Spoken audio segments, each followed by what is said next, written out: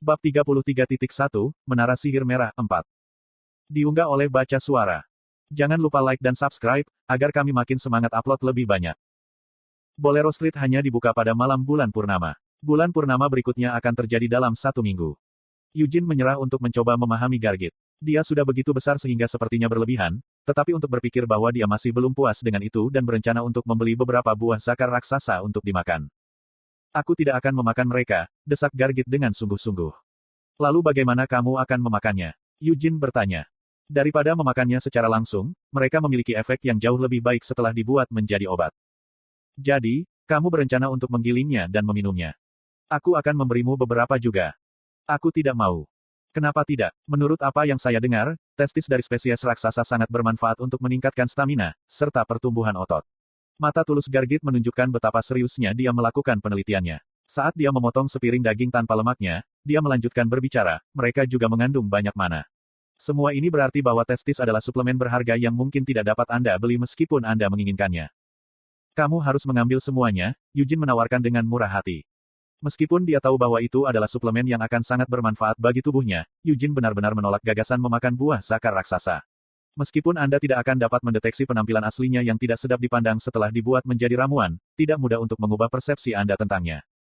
Gargit menghela nafas, aku tidak bisa memahamimu. Bahkan ramuan penyembuhan yang populer menggunakan jantung dan darah troll sebagai bahannya.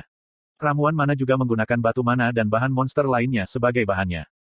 Tapi itu bukan testis, kata Eugene. Testis hewan sering digunakan sebagai bahan berkualitas tinggi. Karena kamu sangat menyukainya, kamu bisa memiliki semuanya. Jangan menyesali ini nanti, Gargit memperingatkan. Aku tidak akan, gumam Eugene sambil menyesap tehnya. Tapi kenapa kamu harus menyamar? Setelah selesai makan, Gargit menanyakan pertanyaan ini sambil menyesap secangkir putih telur seperti itu hanya minuman biasa. Eugene menahan keinginan untuk mengomentari ini dan menjelaskan, akan menarik sedikit perhatian jika keturunan dari keluarga utama terlihat berkeliaran di jalan yang teduh seperti itu. Itu pasti. Yah. Bahkan jika jalan telah menerima persetujuan diam-diam dari para pejabat, tidak ada yang bisa diperoleh dari terlibat skandal secara sia-sia. Anda punya ide yang tepat, kata Gargit kagum sambil mengangguk setuju. Meskipun kamu tidak bermaksud untuk berpartisipasi dalam sesuatu yang memalukan dengan pergi ke jalan itu, tidak perlu membuat skandal yang tidak perlu. Terutama karena skandal seperti itu akan mempengaruhi martabat rumahmu. Betul sekali, martabat kita, Eugene sedikit menarik kepalanya ke belakang saat dia setuju dengan Gargit. Meskipun Eugene juga memiliki nafsu makan yang baik, itu tidak seberapa dibandingkan dengan Gargit. Setelah melahap beberapa potong daging tanpa lemak, Gargit saat ini sedang menenggak beberapa gelas putih telur yang sama sekali tidak dibumbui. Berkat itu, bau amis telur mentah tercium tak terkendali dari mulutnya. Sikat gigimu setelah selesai makan, Eugene meminta. Jangan menghina kebersihanku, protes Gargit membela diri. Saya tidak peduli, pastikan untuk menyikat gigi, dan semprotkan kolon juga. Saya tidak malu dengan bau badan saya, tegas Gargit. Ngomong-ngomong, apakah aku perlu menyamar juga? Ekspresi Eugene berubah saat dia memikirkan hal ini. Dia telah berencana untuk hanya menutupi dirinya dengan jubah, tetapi dengan betapa kekarnya Gargit, itu tidak akan cukup untuk menyelesaikan masalah. Akhirnya, dia memutuskan, kamu mungkin tidak perlu penyamaran. Kenapa tidak? Tanya Gargit. Karena sebagian besar milikmu itu tidak mungkin disembunyikan, apapun yang kami lakukan. Terima kasih, jawab Gargit sambil tersenyum. Sepertinya dia sekali lagi menganggap pengamatan tubuhnya yang besar sebagai pujian. Tidak masalah karena dia akan terjebak di rumah lelang, Eugene menghibur dirinya sendiri. Eugene adalah satu-satunya yang membutuhkan penyamaran. Dia yakin bahwa Edward akan menuju ke Bolero Street pada malam bulan purnama berikutnya. Karena dia sepertinya sudah menderita kecemasan gugup karena kecanduan sucubusnya, jelas bahwa Edward tidak memiliki kekuatan keinginan untuk mengatasi gejala penarikan. Jika dia memiliki keinginan kuat seperti itu sejak awal, dia tidak akan berakhir dalam keadaan seperti itu. Tapi ada sesuatu yang mengganggu Eugene. Konten iklan. Dengan tanda-tanda pembuangan tenaga hidup yang begitu jelas, dan karena bahkan ada desas-desus yang beredar tentang hal itu, tidak mungkin Lovelian mengabaikan perilaku Edward. Mungkinkah itu pengabaian yang disengaja? Tidak, sepertinya tidak ada alasan untuk itu. Untuk saat ini, dia harus mencoba mendengarkan cerita dari sisi Lovelian. Dengan pemikiran ini, Eugene bangkit untuk pergi. Aku akan kembali, dia memberitahu Gargit. Sudah, aku akan segera berolahraga, jadi bagaimana kalau kita berlatih bersama? Jika kita secara kasat mata membandingkan tubuh kita, Anda akan dapat dengan jelas melihat perbedaan antara Anda dan saya, saran Gargit. Eugene melambai padanya, tidak apa-apa. Tunggu, Gargit membentak dengan paksa.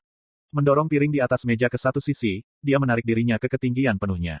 Kemudian, Meletakkan kedua tangan di pinggangnya, dia mengambil napas dalam-dalam, melemparkan bahunya ke belakang, dan memompa otot-otot dadanya. Pop pop pop. Kancing di kemejanya, yang sudah tegang, terlempar seperti peluru. Setelah merobek bajunya menjadi serpihan, Gargit melenturkan otot-otot tubuh bagian atasnya saat dia duduk. Ayo adu panco, Gargit menantang Yujin. Setelah mengatasi keterkejutannya, Yujin akhirnya bertanya, kenapa? Aku ingin bergulat denganmu sejak 4 tahun lalu, kata Gargit, matanya berbinar. Kemudian, meletakkan salah satu lengan raksasanya di atas meja, dia mengambil pose gulat. Tanpa menggunakan mana apapun, mari bersaing murni dengan kekuatan otot kita.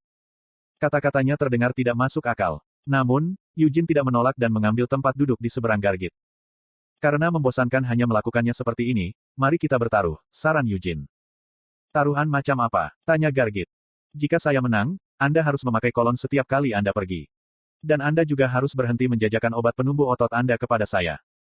Baik, tetapi jika saya menang, Anda perlu membantu saya tanpa mengajukan pertanyaan apapun. Petik 2. Gargit memamerkan giginya dengan seringai menantang. Ketika Yujin melepas mantelnya dan menyingsingkan lengan bajunya, Gargit melirik lengan bawah Yujin yang telanjang. Cukup mengesankan. Namun, itu masih belum cukup, pikir Gargit, yakin akan kemenangannya. Dua tangan, yang memiliki perbedaan besar dalam ukuran, bertemu di seberang meja.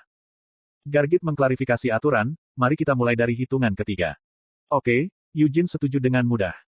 Apakah Anda baik-baik saja dengan saya memanggil hitungan? Itu benar-benar tidak masalah bagiku. Lalu 1, 2. Berderak.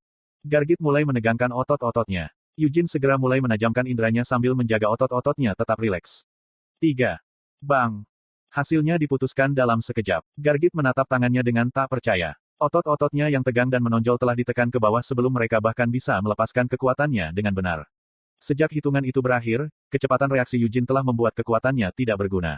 Sebaliknya, ototnya yang terlalu besar hanya berkontribusi pada kecepatan lengannya mengenai meja. Ini kemenanganku, kata Yujin saat dia segera berdiri dan mulai mengenakan mantelnya. Bagaimana kamu menang? Gargit bertanya, tercengang. Teknik, waktu, dan akal. Yujin menepuk bahu Gargit saat dia melewatinya di jalan keluar. Lain kali, ingatlah untuk menyemprotkan kolon sebelum tiba. Dengan tembakan perpisahan ini, Yujin segera meninggalkan restoran tanpa melihat ke belakang.